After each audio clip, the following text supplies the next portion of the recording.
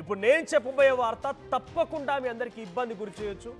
But దీంట్లో జరిగిన సంఘటన చెప్పడం మా ఉద్దేశంగా ఉంది.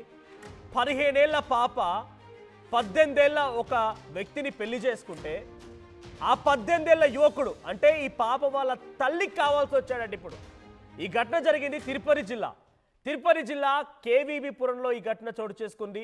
అల్లుడితో అక్రమ సంబంధానికి అడ్డుగా ఉందని చెప్పి తన కన్న కూతురిని అడ్డు తొలగించుకోవాలనుకుంది ఓ తల్లి. ఇక్కడ ట్విస్ట్ ఏంటంటే 15 ఏళ్ల పాప 18 ఏళ్ల ఒక యువకుడిని పెళ్లి చేసుకుంది. యువకుడు అనకంటే ఒక పిల్లగాడే. 15 ఏళ్ల ఒక బాలిక 18 ఏళ్ల ఒక బాలుడిని పెళ్లి చేసుకుంది. అయితే 5 నెలలుగా వారిద్దరి మధ్య ఆ కాపురం జరుగుతోంది, ఆ సంసారం జరుగుతోంది. మధ్యలో ఇటు బాలిక తండ్రి మరణించాడట. దీంతో ఆ బాలిక తల్లికి అల్లుడు కావాల్సి వచ్చింది.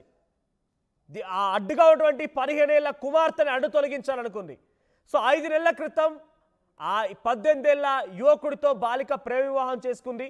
అయితే భర్త చనిపోవడంతో అంటే ఆ బాలిక యొక్క తండ్రి చనిపోవడంతో కూతురు అల్లుడితో ఉంటోంది తల్లి. కొన్నాళ్ళుగా అల్లుడితో వివాహేతర సంబంధం కూడా ఉందట.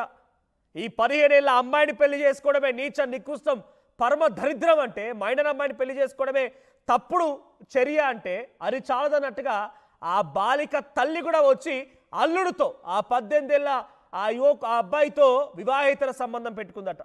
ఇక అక్కడితో చాలదన్నట్టు ఇంకా దరిద్రానికి దారితీసి ఆ ఏకంగా అత్తకు తాళి కట్టబోయాడట అల్లుడు. అత్త మెడలో తాళి కట్టేందుకు ప్రయత్నం చేశాడట.